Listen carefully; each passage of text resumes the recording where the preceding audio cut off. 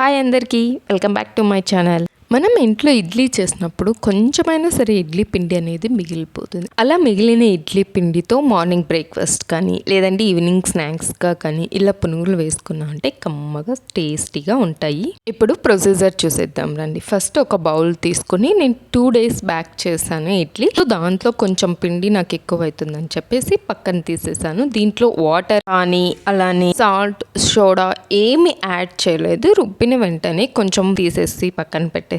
అలా తీసి పెట్టుకున్న పిండిని ఒక 2-3 days తర్వాత చేసుకున్నామంటే పిండి బాగా పులిసి ఉంటుంది, పునుగులు కూడా బాగా కమ్మగా వస్తాయి.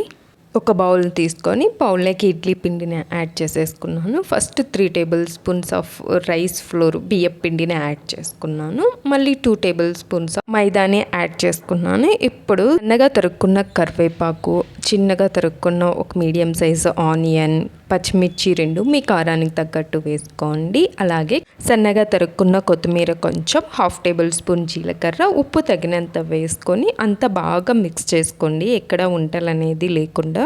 అలా కలుపుకున్న పిండిని ఒక 5 minutes పక్కన పెట్టేద్దాము. ఇప్పుడు పాన్లు తీసుకొని డీప్ ఫ్రైకి ఆయిల్ వేడి అయ్యాక పునుగులు కొంచెం చిన్నగా వేసుకోవాలి. మీకు ఏ సైజు కావాలంటే ఆ సైజు తీసుకోవాలి. ఈ యొక్క కన్సిస్టెన్సీ కరెక్ట్గా ఉందా లేదా అని తెలియాలంటే ఇట్లా మనం పునుగులు వేయగానే అది షేప్ అవుట్ కాకుండా మంచి షేప్ అనేది రావాలి. ఇప్పుడే మనకి పిండి అనేది కరెక్ట్ కన్సిస్టెన్సీలో ఉన్నట్లు.